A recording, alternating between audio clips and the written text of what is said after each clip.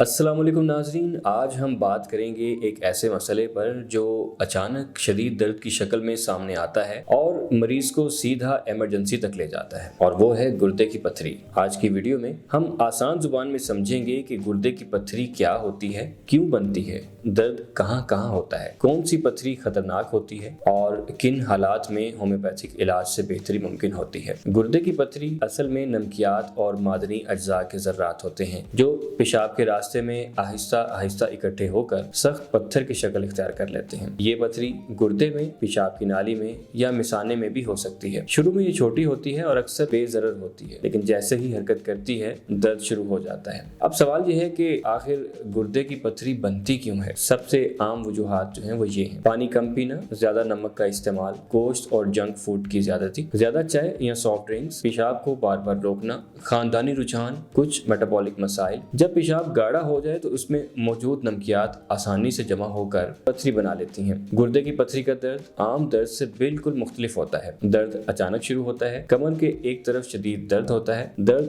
पेट, रान या टांगों तक जाता है, मतली या उल्टी की शिकायत भी हो सकती है, पसीना आना, पेशाब में जलन और बाज़ औक़ात पेशाब में खून आता है। मरीज कहता है कि डॉक्टर साहब बैठना मुश्किल है, लेटना मुश्किल है, खड़ा रहना भी मुश्किल है। ये दर्द ज्यादातर उस वक्त होता है जब पत्थरी नाली में हरकत कर रही हो। ये समझना बहुत मुश्किल है कि हर पत्थरी खतरनाक नहीं होती। 3 से 4 मिलीमीटर की पत्थरी अक्सर खुद ही निकल जाती है। 5 से 6 मिलीमीटर में निगरानी जरूरी होती है। 7 मिलीमीटर या उससे बड़ी हो तो मसला बढ़ सकता है। खतरा उस वक्त होता है जब पत्थरी पेशाब का रास्ता बंद कर दे, इन्फेक्शन हो जाए, बुखार आ जाए या गुर्दे पर दबाव पड़ने लगे। गुर्दे की पत्थरी जांचने के लिए हमें अल्ट्रासाउंड करवाना पड़ता है। बाज़ सूरतों में सीटी स्कैन, यूरिन टेस्ट और क्रेटिनिन टेस्ट भी करवाना पड़ता है। इन टेस्टों से पता चलता है कि पत्थरी कहाँ है, साइज कितना है, रास्ता बंद है या नहीं, गुर्दा मुतासिर हो रहा है या नहीं। होम्योपैथी में गुर्दे की पत्थरी के लिए मुख्तलिफ अद्वियात मौजूद हैं, लेकिन ये समझना जरूरी है कि दवा हर मरीज में एक जैसी नहीं होती। अगर पत्थरी बहुत बड़ी ना हो,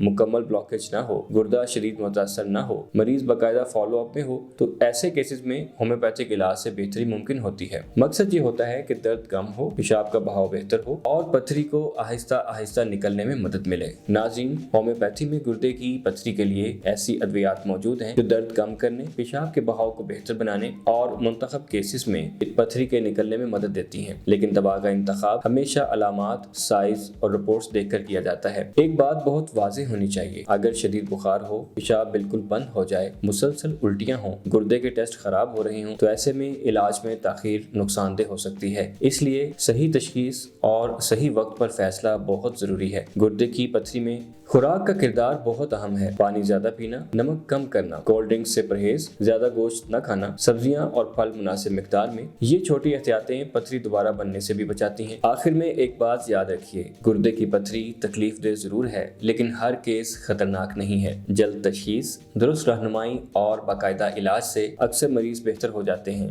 दर्द को नजरअंदाज न कीजिए, टेस्ट करवाइए और खुद से फैसला न कीजिए। मैं हूँ डॉक्टर अबीद अहमद तासीन। अल्लाह हाफिज।